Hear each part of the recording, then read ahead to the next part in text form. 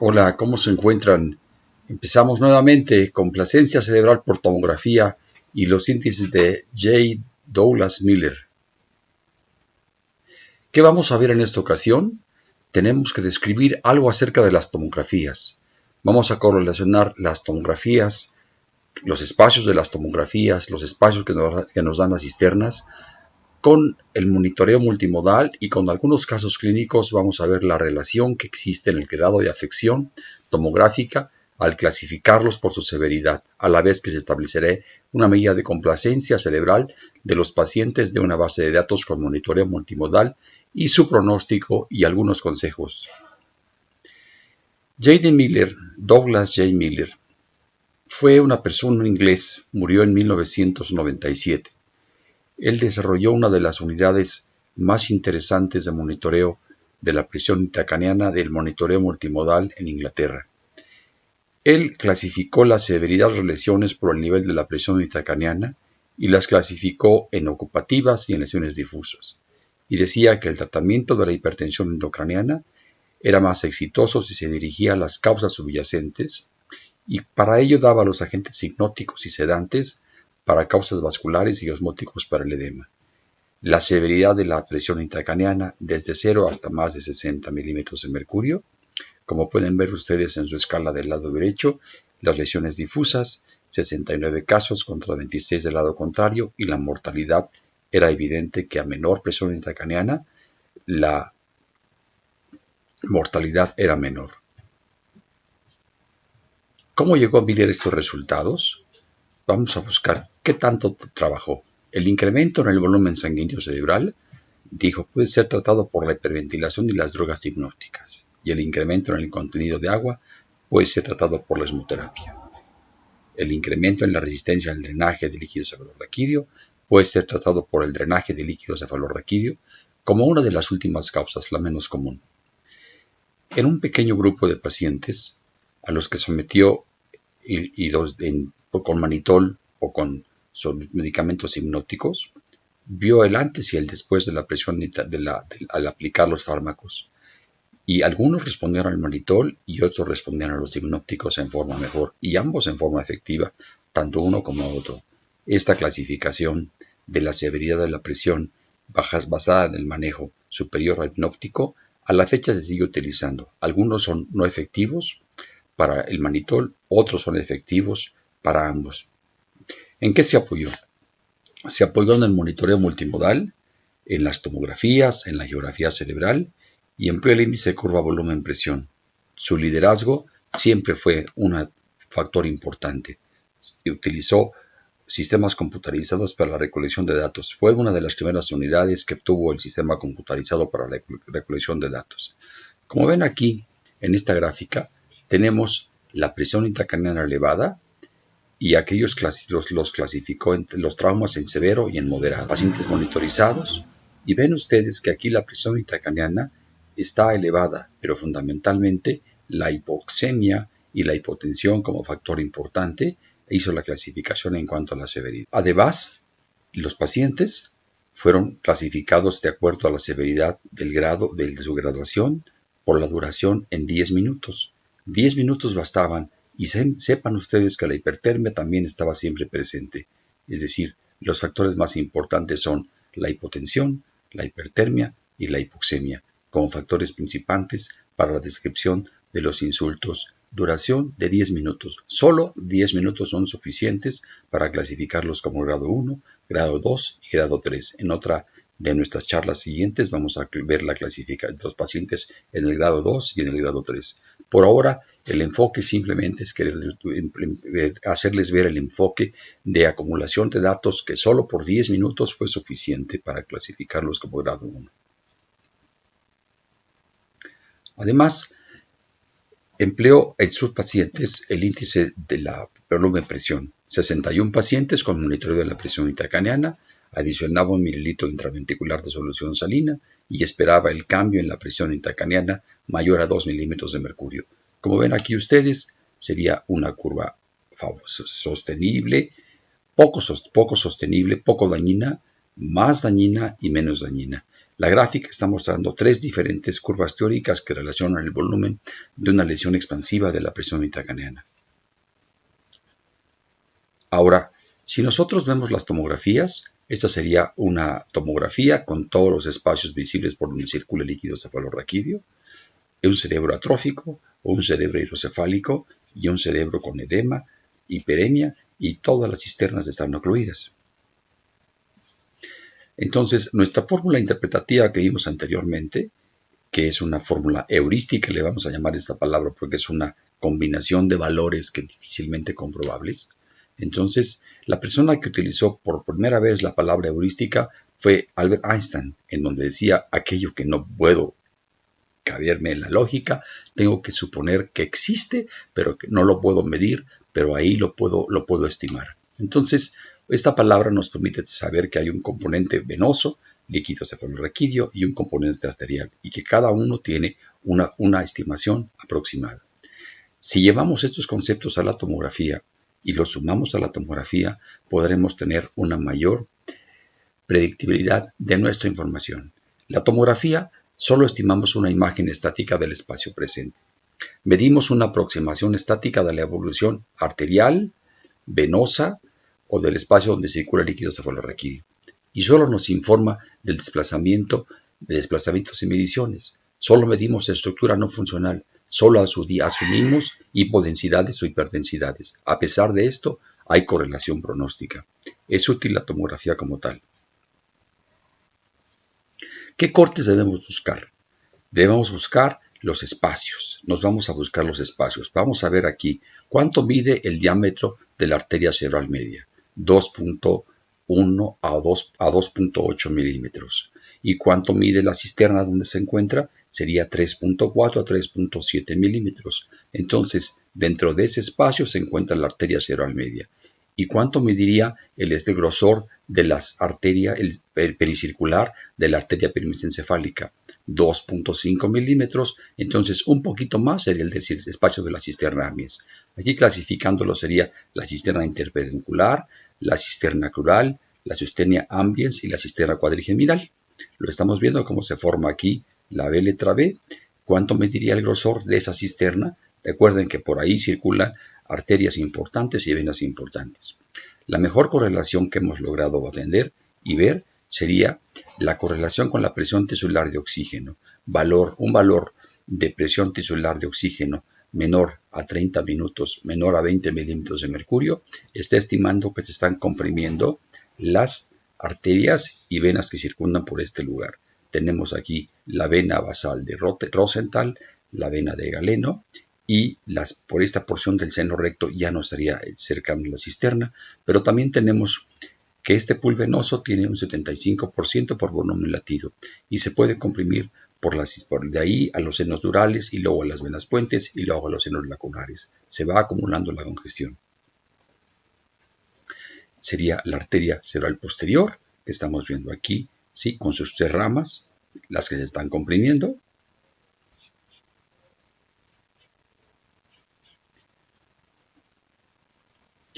Ahora veamos un caso clínico.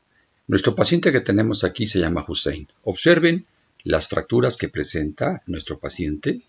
Tenía varios trazos de fractura, varios trazos parietales, frontales y temporales.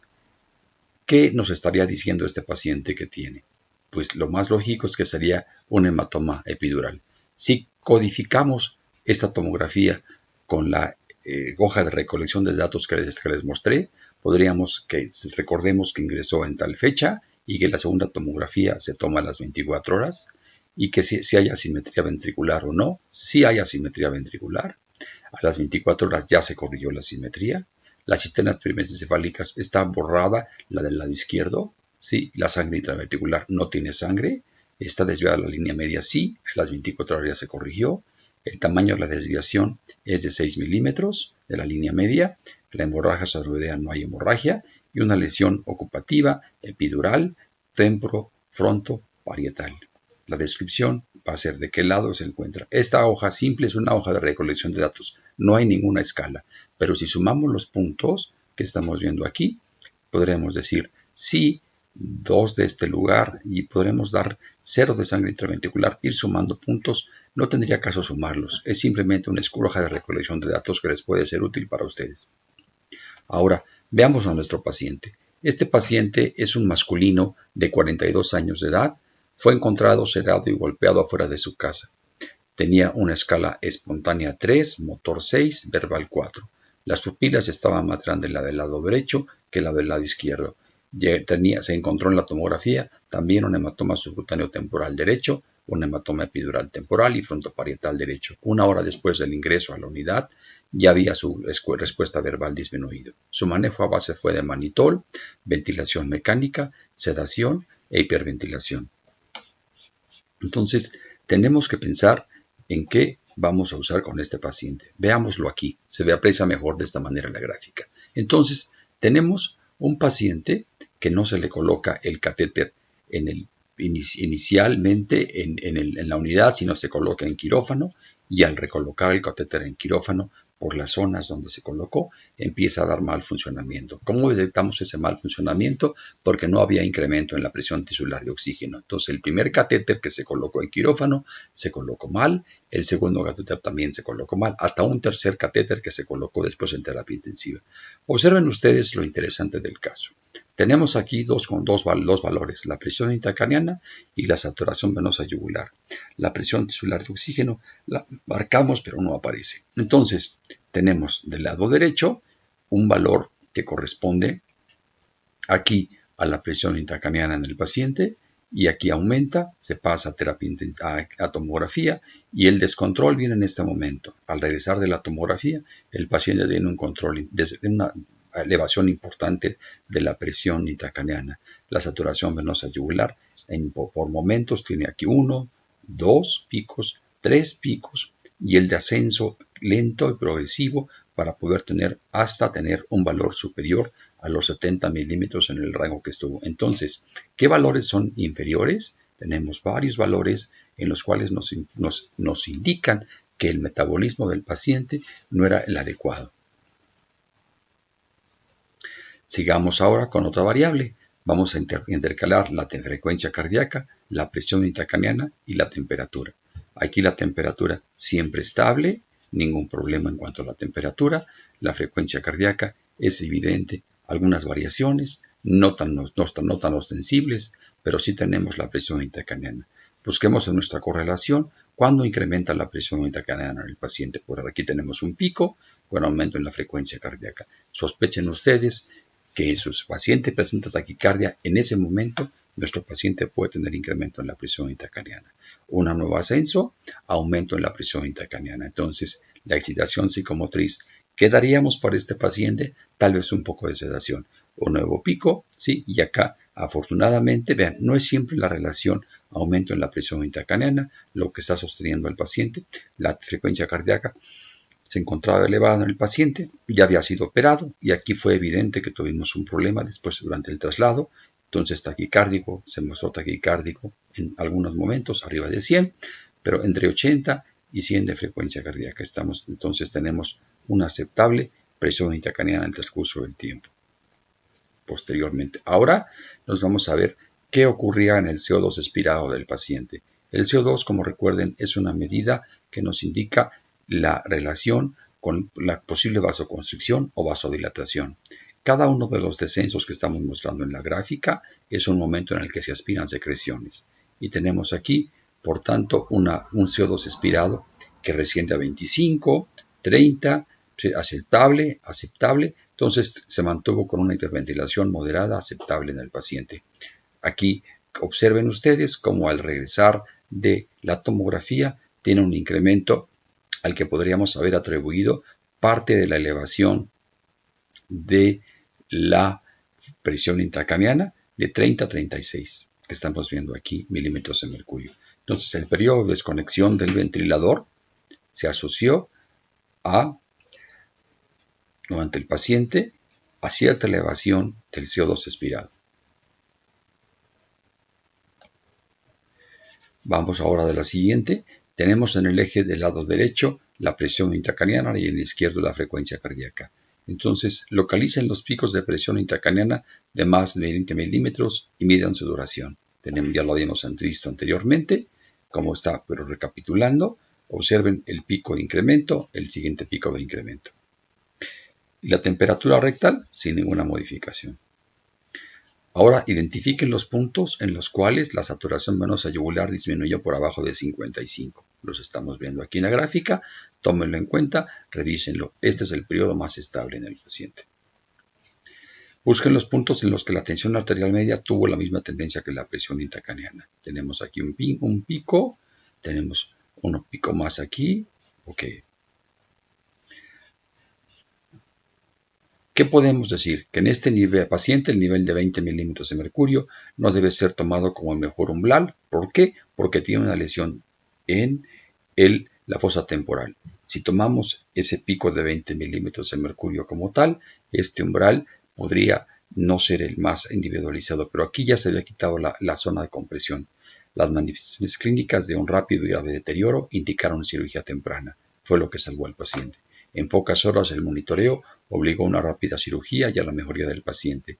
En la elección del sitio de monitoreo, la colocación del dispositivo fue replantada en 3 ocasiones por las zonas de contusión que tenía el paciente en la lesión. Entonces, ¿cuánto le podemos estudiar a un paciente monitorizado con sistema multimodal? Muchísimo. Los picos de presión intracraneana fueron 3. Ante esos momentos decayó el metabolismo, efectivamente que sí. Los accidentes por olvido de no tener el monitoreo en forma adecuada. La correlación entre la presión tisular, la saturación del globo yugular y la presión cerebral fue estrecha. ¿Cuántas correlaciones debemos realizar por segmentos? Tienen que analizar por segmentos, cada paciente por segmentos. A la hora de pasar visita, ustedes deben recordar, cuando lleguen en la mañana, pongan su hojita impresa de los valores que tuvo el paciente y dividan por turnos, y que el turno de la mañana le entrega el turno de la tarde. Analicen cada segmento de la hoja que impriman por turno para poder saber si su trabajo fue aceptable. Entonces, el monitoreo global de la saturación y local de la presión tisular nos detecta una afección y el otro agrega más datos. Quédense con los datos de la tomografía. No es suficiente, siempre hay que agregar el monitoreo. Al conocimiento del pool venoso, del pool arterial, hay que agregar el metabolismo, como estamos viendo en las gráficas. Entonces, el paciente tuvo una cisterna borrada, perimesencefálica, la cerebral media borrada también de ese lado, ¿sí? La cisterna crural, y estos pudieron guiar rápidamente la decisión. El pronóstico aceptable del paciente fue indicador de un sistema de salud de calidad. ¿Qué indicadores de calidad de la atención conocen en los que el monitoreo multimodal se ha tomado como un indicador de calidad de la atención? Ante la falta de estos sistemas de monitoreo, ¿qué harían ustedes? Vean ustedes aquí, esta línea blanca que tienen aquí es el trayecto de la arteria cerebral media. Ahora, esta arteria cerebral media tiene 4 ramas. La arteria cerebral media M1 le da origen a la circulación de las arterias lentículo-estriadas que se tapan frecuentemente y provocan lesiones en las hemorragias parenquimales. Y el 83% de los aneurismas es detectable esta lesión en vasoespasmo por el Doppler escalar de la hemorragia. Veamos la distribución: M1, M2, M3, M1, M2, M3, M4, M5, M6. Como ven ustedes, son las porciones más superiores. Entonces, aquí tienen una mnemotecnia: M1 a -6. C sería caudado, L es lentiforme, I es el lóbulo de la ínsula y la otra I es intercapsular y serían la zona hasta 10. M1, que está aquí, a 6. Y la de M1 a 6 va a irrigar el núcleo caudado, luego el lóbulo de las lenticuloestriadas, luego el lóbulo de la ínsula, la siguiente, y luego la cápsula interna.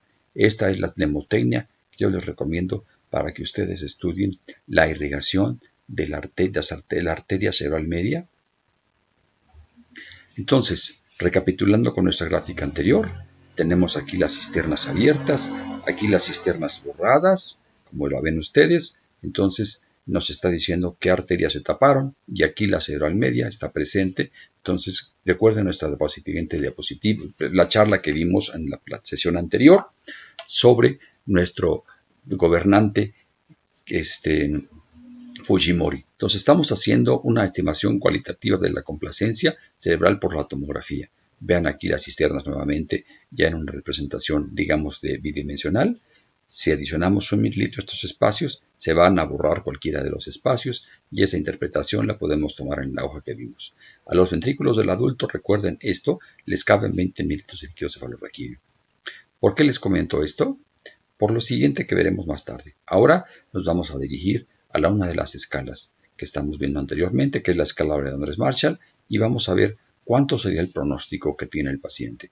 Lesión difusa tipo 1, la mayor parte de los pacientes se vienen adelante, y aquí va 50-50, 50 por 50, de que el paciente le vaya mal en su pronóstico. Entonces habíamos hablado que la tomografía nos puede brillar en el pronóstico. Una lesión no evacuada siempre tienen hipertensión endocraniana, masa evacuada, el pronóstico reduce notablemente. Una clasificación que vamos a ver más tarde posteriormente será esta clasificación que nos da el doctor Andrew Mas y a la que le agregó la sangre intraventricular y la hemorragia, es decir, hizo un agregado de la clasificación de Lawrence-Marshall y esta le puso sangre presente o sangre ausente. Por eso es que nosotros estamos utilizando la escala que les comenté. Entonces, lamentablemente, esta escala no tiene agregada el reflejo contra la presión intracraniana, como sí lo tiene la escala de Lawrence-Marshall. ¿Se quedó una pregunta sin responder? Esa pregunta sin responder es ¿cuánto le cabe de líquido cefalorraquídeo a los ventrículos? Y son 20 mililitros. Haciendo mediciones en una de las publicaciones españolas que aquí tenemos en esta revista, nos indica que en la totalidad de la muestra fue de 11, el promedio de la totalidad de la muestra del tamaño de los ventrículos fueron 11.98 milímetros. En los hombres y en las mujeres va a variar. En cuanto a los grupos de edad, va cambiando el tamaño de los ventrículos. Entonces, lo que vamos a ver nosotros en los ventrículos, en las tomografías, va a haber desproporción, modificación de la forma, disminución de la reabsorción, una medición de uno de los componentes que estamos viendo en la compliance. Entonces, estudiaremos cuantitativamente la escala de Lawrence-Marshall como un surrogado de ella. No es tan útil como ejemplos asociados al monitoreo multimodal que vamos a aprender a codificar.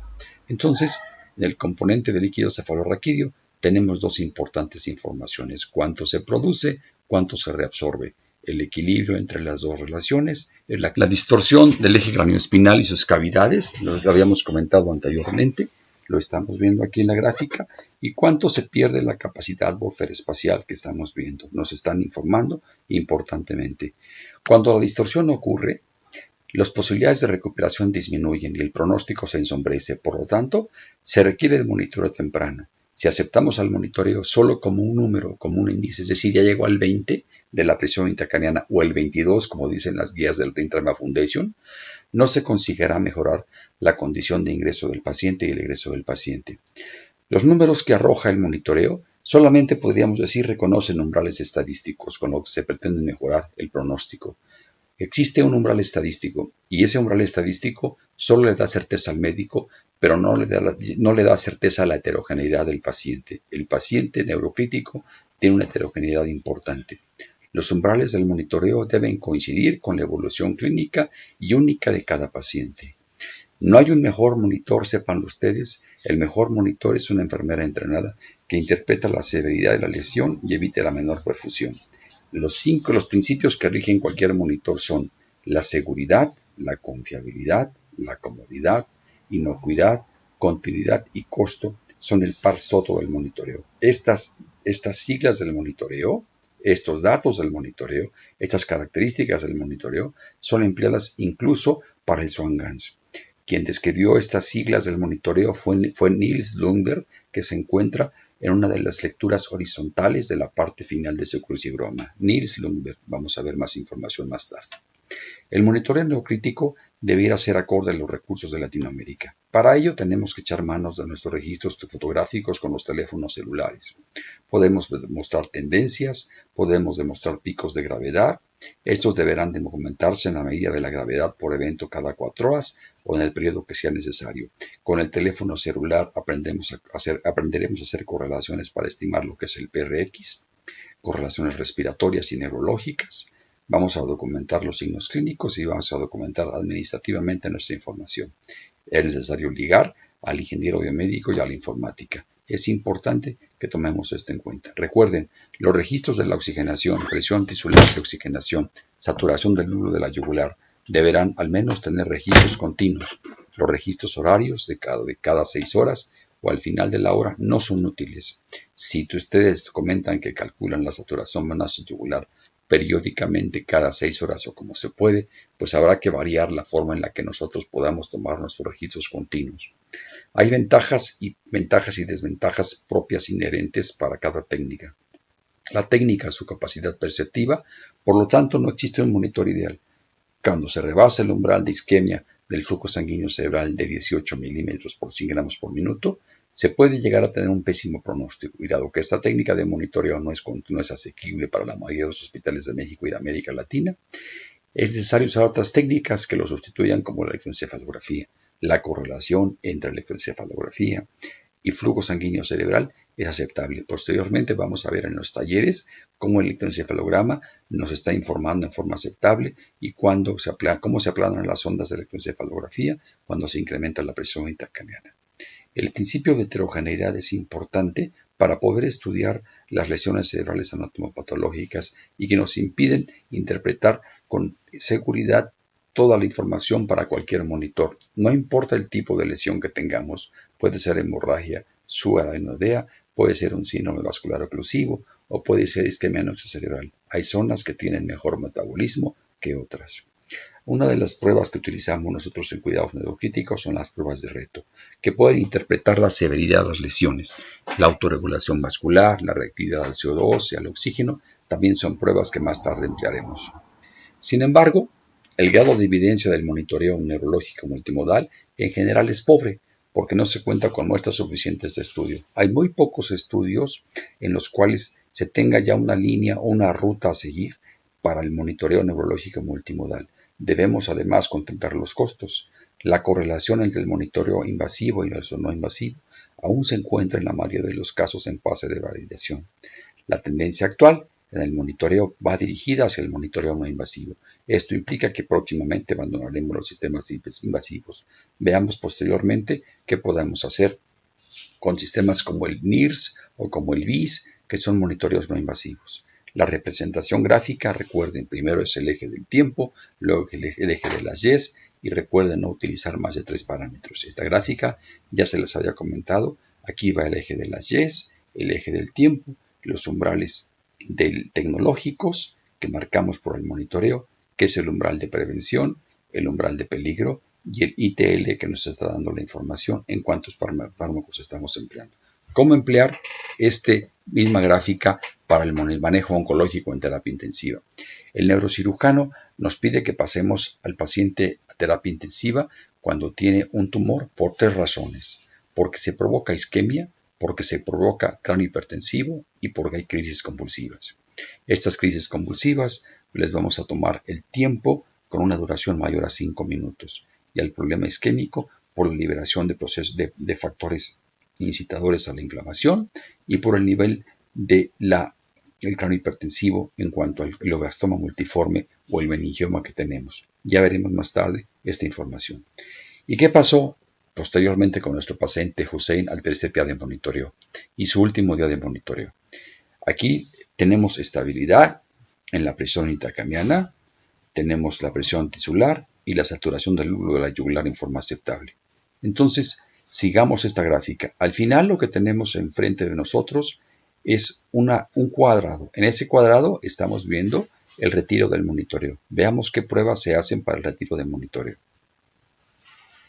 Los patrones de monitoreo anteriores fueron más estables. Los valores de normalidad se aprecian casi en la totalidad de la gráfica. La tendencia global fue hacia la mejoría. En un punto entre las 10:30 y las 13 horas debemos investigar el factor causal de alteración. Hay que definir los patrones de alteración. Por favor, defínalos en su casa. ¿Corresponden a artefactos? Sería la siguiente pregunta. ¿A qué obedeció la disminución de la sedación? ¿Qué datos clínicos se reportan de la exploración? Glasgow, pupilas, recuérdenlos y correlaciónenlos con sus pacientes.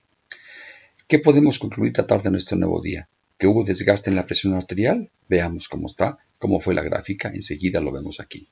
Observen cómo aumentan las demandas metabólicas de la oxitación. ¿Qué tenemos en esta gráfica? El pulso estamos entre 120 y 140 milímetros de frecuencia cardíaca por minuto, 140 hasta 160 en algunos momentos.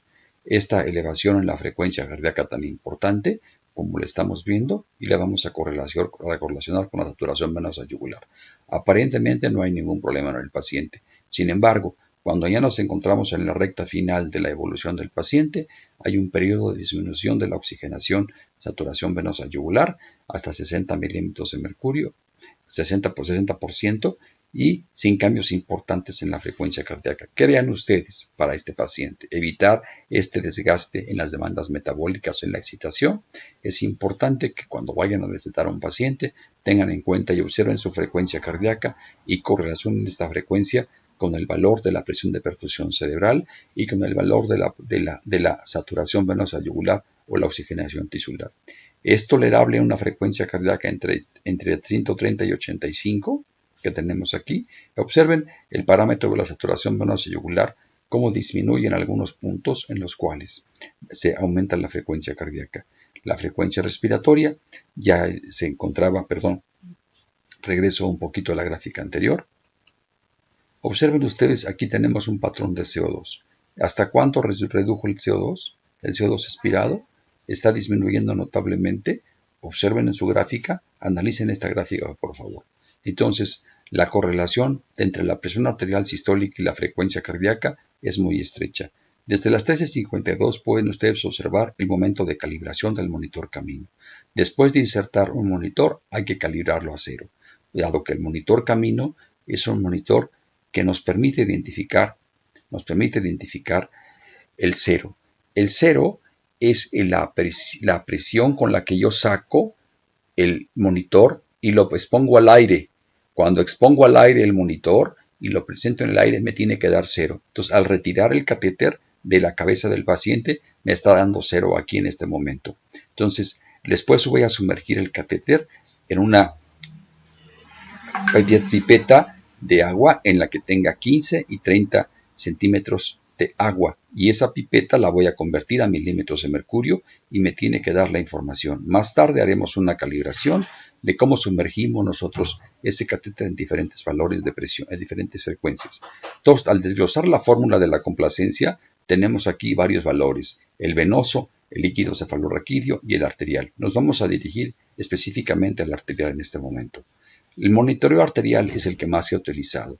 Se utiliza a través de Doppler transcraneal, en el cual podemos medir la autorregulación vascular cerebral, la velocidad del flujo, los índices de pulsatibilidad, la detección de vasoespasmo, la medición indirecta de la presión intracraneana o la valoración de la muerte cerebral en el paciente. Es evidente que el de mayor entusiasmo porque se utiliza el Doppler transcraneal es a la detección del vasoespasmo.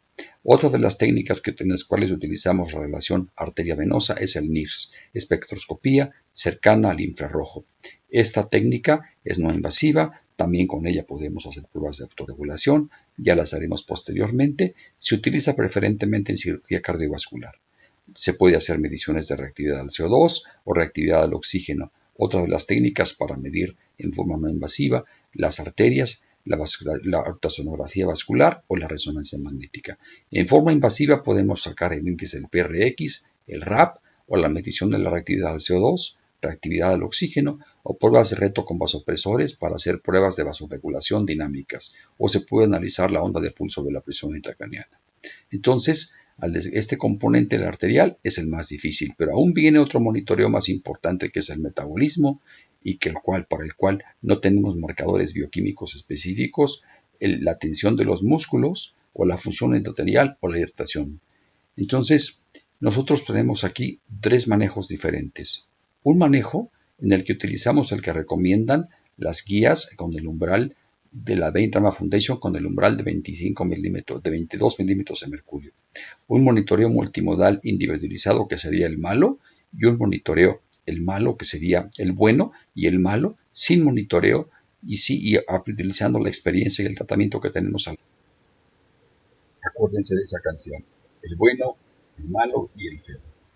Entonces ahora, si nosotros esquematizamos esta información, podremos tener aquí los umbrales de la presión intracraneana. La Brain Trauma Foundation modificó haya su umbral a 22 milímetros de mercurio. Por este método de manejo, utilizamos solamente la presión intracraniana como tal. Sí, este manejo en estudios observacionales ha mostrado reducción de la mortalidad. Sí, es un manejo conciso, fácil de seguir. Sin monitoreo de la presión intracraniana, sin ningún otro monitoreo, solamente tenemos incremento en la intensidad de los fármacos y en la duración de los tratamientos de la sedación. El único estudio realizado es el del Bestri, que nosotros estudiamos lo que ocurrió anteriormente en Ecuador y en Bolivia. Y el monitoreo multimodal a base de Doppler transcranial, de presión tisular, de flujo sanguíneo regional, de electrocorticografía superficial, el NIRS, la microdiálisis, son múltiples monitores. Este sistema de monitoreo es intenso, complejo, costoso. Además, no hay datos robustos en el pronóstico que nos indiquen que este monitoreo puede ser útil. Si combinamos nosotros de alguna manera un manejo individualizado con nuestros recursos, de alguna manera podemos sacar adelante a nuestros pacientes, ¿sí? En este sistema de monitoreo a base de solo la presión intracraniana, no hay ningún paciente específico. Esto quiere decir que no hay un solo paciente para el cual pudiera ser específico para ese tipo de manejos. ¿Sí? No, el umbral clínico no es dinámico, no se puede modificar, se ajusta siempre. Entonces, una combinación de los tres en algún momento podría darnos cierto beneficio. Recordarán esta escala que habíamos comentado anteriormente. Aquí la escala de Fisher, a la que estamos agregando, es una escala de Fisher modificada, y aquí tenemos un valor de P significativo para cualquier progresión de la información de los pacientes. Esta escala de Fisher anteriormente me hicieron el cuestionamiento y estamos viendo que puede ser útil la modificación de alguna manera. Aquí tienen ustedes la clasificación de la escala traumática de Fisher. Este estudio ya es un estudio, una repetición de estudios, un estudio brasileño. El doctor Amil Ferreira, un hombre conocido en Brasil, dirigió este estudio y utilizó la escala de Fisher modificada para poder clasificar a sus pacientes de esa forma. Entonces, todas estas herramientas nos pueden dar un panorama práctico. El aprender a leer y codificar tomografías y combinar la ultrasonografía, la imagen con los métodos de monitoreo es la forma en la que podemos agregar información a los estudios de Miller. Debemos establecer links. ¿Cuáles serían mis recomendaciones y cuestionamientos y conclusiones? La primera recomendación es hacia qué lado queremos estar. ¿En el borde de la moneda, del lado izquierdo o del lado derecho? Acuérdense, el bueno sería un manejo individualizado. El malo sería solamente fijarnos a base de la presión intracraniana con un 20 o un 22, de acuerdo a lo que digan las guías de la Brain Trauma Foundation. ¿Cómo vamos a bajar estos conocimientos a nuestro personal? De eso depende notablemente el éxito del monitoreo y de su diplomado. El cómo van a bajar ustedes sus conocimientos a otras personas. De estas pláticas que estamos comentando, quisiera que elaboráramos un libro y que ustedes sean los autores. Aunque la compliance es una medida no lineal, debemos acercarnos a ella. ¿A qué me refiero que es una medida no lineal? A que siempre habrá altibajos o hacia arriba, o hacia abajo, o hacia la izquierda, o hacia la derecha.